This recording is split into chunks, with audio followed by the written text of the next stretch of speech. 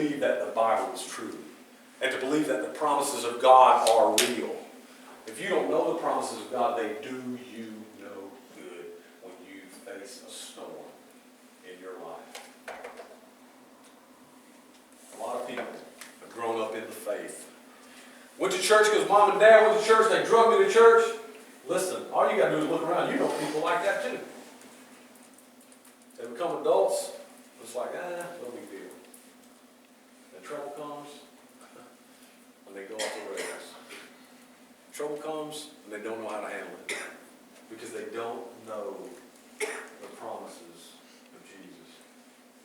He promised us, if you confess with your mouth that Jesus is Lord, believe in your heart that God raised him from the dead, you will be saved. Your salvation is secured because of the promises of Jesus. God promised Joshua that he would be with him just like he had been with Moses. If you look at Deuteronomy chapter 31, he said this. Hold on to this. Get this verse. Hold on to this. It doesn't have to be your life verse, but hold on to this verse. Be strong and courageous. Do not be afraid.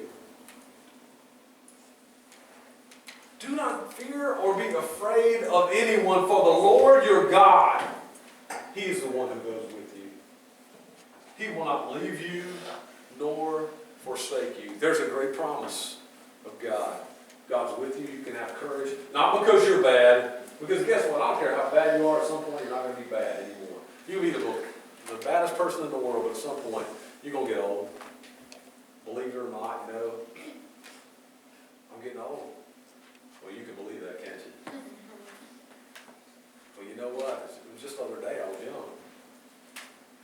And I thought I would be young forever. Well, it's not true. But here's what I know. God's been faithful. He was with me when I was young. He's with me when I'm old. I can trust his promises.